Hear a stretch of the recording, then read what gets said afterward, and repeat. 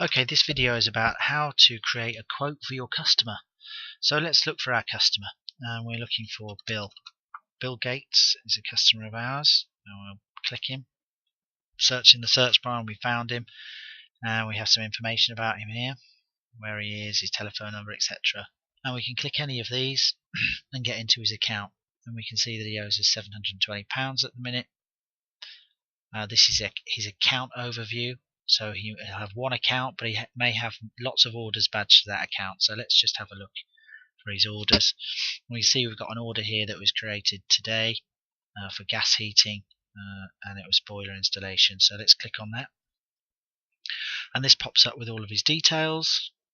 And we can see that we have an order log here about what has happened with his account and who's been working on it. And let's just go down and have a look at his quotes. We can see that he's had 2. And he hasn't accepted either of them because his decision is still a question mark. The profit on those and the value, and we're going to add another one. We're going to give Bill another quote for a bigger job. So as we normally do, you've got the navigation here, the pencil, which allows us to edit this information on the site address, but here's where we want to add something. So we've got the plus. So we click that, and we're going to give him a brief summary of this job. So it's going to be to build a new internal heating system for Bill, and it's going to take us 5 days, we think. So we'll save that.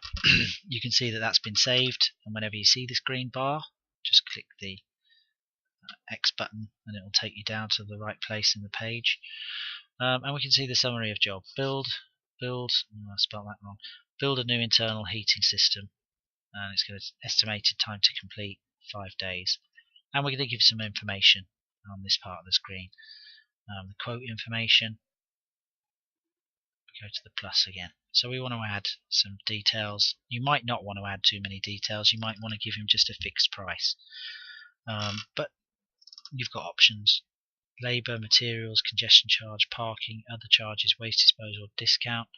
These are customizable, but for the first instance, let's just say we're going to do some labour, and we're going to say that it's 5 days, 2 people. Description details: gas engineers. Now the rate PPPD is the rate per person per day, and this is how much these engineers are going to cost us, the business. And put this information in now, and we can not only work out exactly how much we're going to make on this job, but we can also work out at the end of the month how much we're going to make on all of our jobs, what our costs have been, what our revenue has been. So we're going to say that these guys are going to cost us £150 per person per day. We can add the markup on the slider. We can mark up by percentage, or we can say, look, we need to make £100 on each of these guys per day. We're going to press save on that.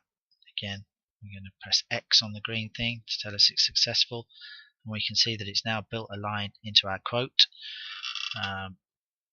Labour, 2 persons, £2,500, and we might want to keep adding more and more information to this and building up the costs. So we're going to say materials, say 1.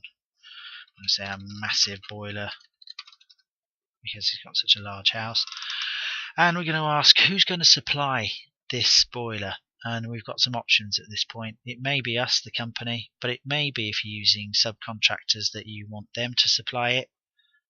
So you click that, and that means there's no confusion about who's purchasing this. But let's just say that we're buying it, and we're buying it for £9,000, and we're going to make £5,000 on it. So we'll save that, and we can see that it's going to cost Bill £14,000, and we're going to make £5,000, and it's now starting to build up quite a detailed profile of this quote. It's working out our markup overall, it's working out our profit overall, and it's working out the cost to the customer, and it's also added our VAT in. So it's asked for a deposit, which is a default of 50%, but you can edit this for more or less. You might want to cover all of your materials and ask for 75%, we'll add another line. Let's say that we're also going to charge Bill for waste disposal of his old system.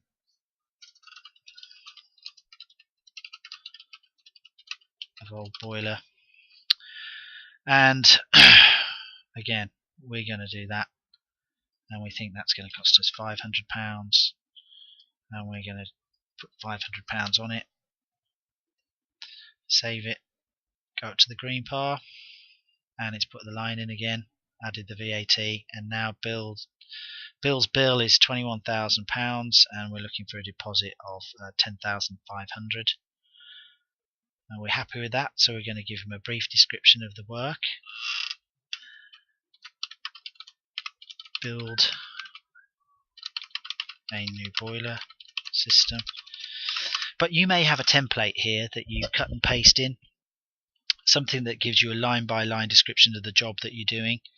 You might also want to add some pictures, which you can add there. You might want to add a video, or a link to a video. You might want to add a file, which would be a PDF, which is about, just a brochure for his shiny new boiler. But we'll just keep it simple. Let's press save. And the further details we might want to add are, I can install this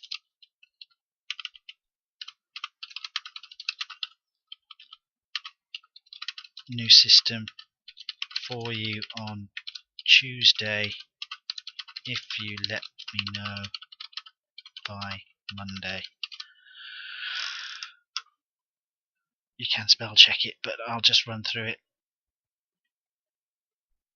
We saved that, we're happy with that. We have a quick look, figures seem right. Let's just go and preview this quote now. We go up to the top, get our menu, preview quote, and this is going to come out in the colours of the company that we are doing it from, which is Greendale, and this is configurable from the settings, so you'll be able to put your own logo in and your own colours, so it looks professional. Let's have a quick look through. It's got the details, which is the great thing about the system. You only ever put those details in once, and you never have to type them in again. So description of the quote, and we're going to say, yep, do you know what, we're happy with that. Let's email this quote to Bill Gates. We can add some other people. We might want to email it to Melinda or Sergey, who recommended us. And we can change the subject, but the subject for this is your quotation from Greendale. So we're going to send that quote, and you can see that's very quick. The quote has been sent, and we can now see that the quote has been issued to the customer. And we can also see in the order log that I have sent a quote to the customer, so you can see exactly what is going on and who's taking actions in this account. If we want to go back, we can have a look at all of his quotes and the quote that we've just created at any time.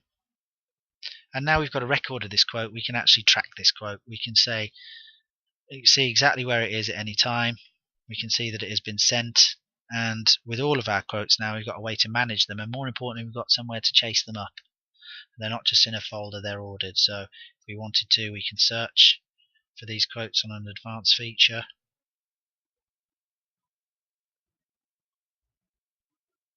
Who sent them out, who owns them, the results, rejected, accepted,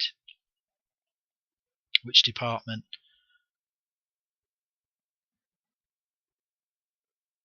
Which means that we can manage these quotes, and we've found that basically once you start using the system and you start managing your quotes properly, you can see up to 30% increase in the acceptance, because most people just want to be contacted about their quote. They're not too worried about whether it's more expensive or less expensive. Well, they are, but just the sheer fact of contacting someone shows how professional you are and that you're running your business correctly. So have a look for the next section on this, which is quotes, how to deal with them, and that will show you exactly what happens once the customer has decided to accept a quote or to reject a quote, and the processes that you take from that point on. But that concludes this video.